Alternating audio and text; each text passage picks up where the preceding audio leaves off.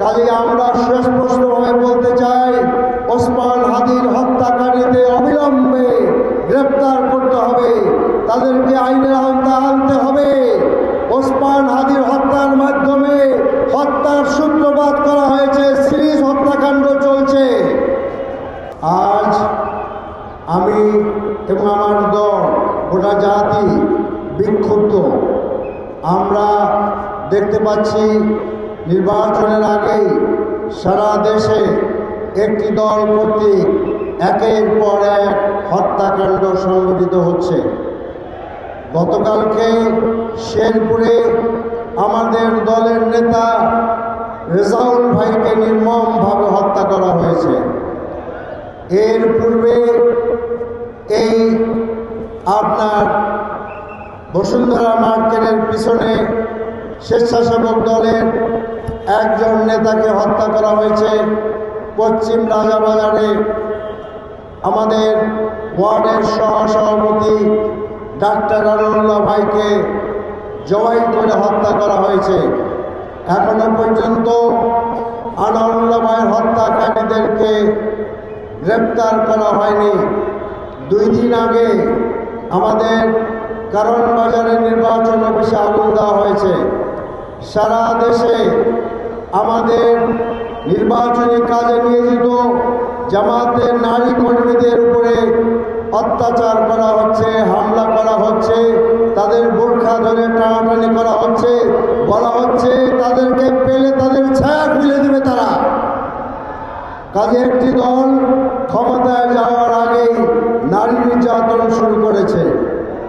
সংগ্রামী ভাই ও বন্ধুরা, তাই আমরা মনে করি যে এই সমস্ত হত্যাকাণ্ড এই জন্যই হচ্ছে কারণ আমাদের তরুণ নেতা শরীফ ওসমান হাদিকে প্রকাশ্য দিবালোকে যখন হত্যা করা হলো, আজ পর্যন্ত তার বিচার করা হয়নি, গল্প ফাঁদা হয়েছে।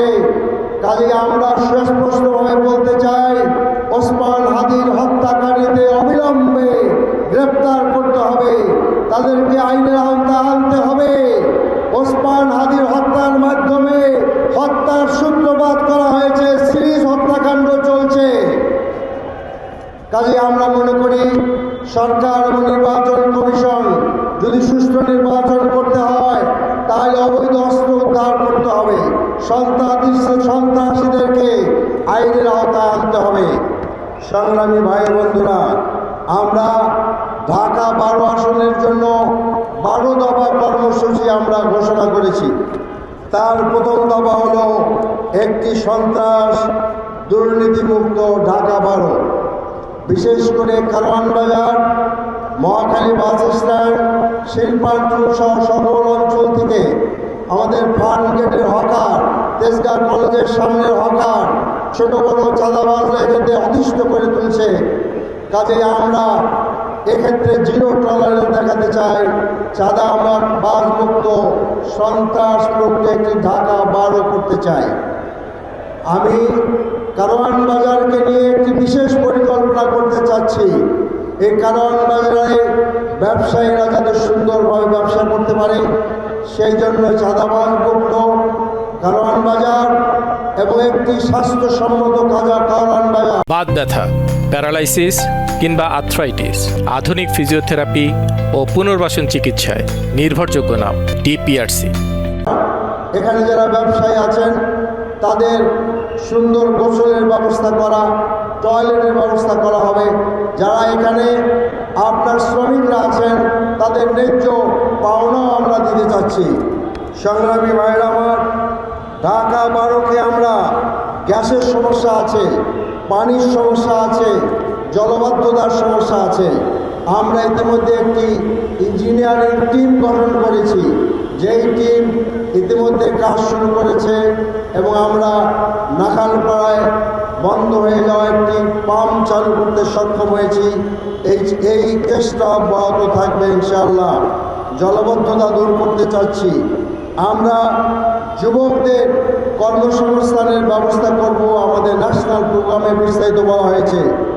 আমরা একটি মাদক মুক্ত ঢাকা 12 করতে চাচ্ছি। আমরা হকারদেরকে উচ্ছেদ করব না, হকারদেরকে পুনর্বাসন করব।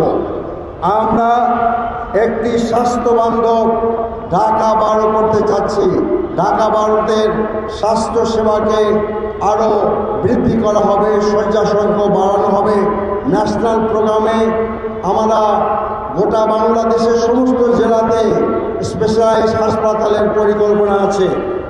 এরপরে আমরা আমাদের Tejgaon truck stand, Mohakhali bus stand, এখানে আমরা একটি সুন্দর ডিজিটাল ট্রাক স্ট্যান্ডের বাস স্ট্যান্ড করতে চাচ্ছি, যেখানে ট্রাকরা ভালোভাবে থাকতে পারবে, ট্রাক এবং ট্রাকের ড্রাইভারদের গোসলের ব্যবস্থা করতে হবে এবং শীতের দিনে গরম পানির ব্যবস্থা করতে হবে এবং তাদের ক্যান্টিনের ব্যবস্থা করতে হবে। আরেকটি কথা হলো যে খেলার মাঠের সমস্যা, এটাকে বৃদ্ধি করা হবে। যতগুলো খেলার মাঠ আছে সেগুলোকে অপটিমাম ইউজের ব্যবস্থা করব এবং প্রত্যেক খেলার মাঠে সপ্তাহে একদিন আমাদের নারীদের জন্য মুক্ত রাখা হবে।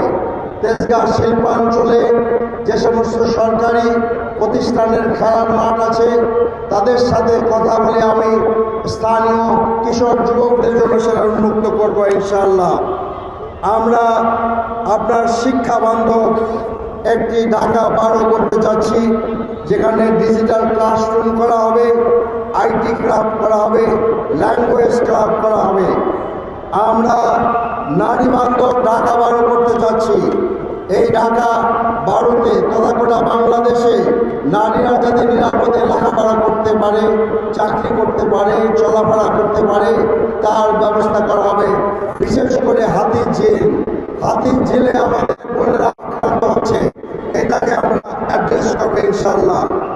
একটি যুববান্ধব ঢাকা 12 করতে যাচ্ছি, যুবকদের জন্য নৈতিক শিক্ষা, দক্ষতা, নেতৃত্বের বিকাশ এবং টেকনিক্যাল প্রশিক্ষণের ব্যবস্থা করা, যুব ক্লাস ব্যবস্থা করা। আমরা ঢাকা 12-কে একটি ক্লিন এবং গ্রিন ঢাকা 12 করতে যাচ্ছি। বর্তমানে সিটি কর্পোরেশনের যে বর্জ্য ব্যবস্থাপনা আছে, ইনক্লুডিং এই কারওয়ান বাজার, এইটাকে সুন্দর করা হবে।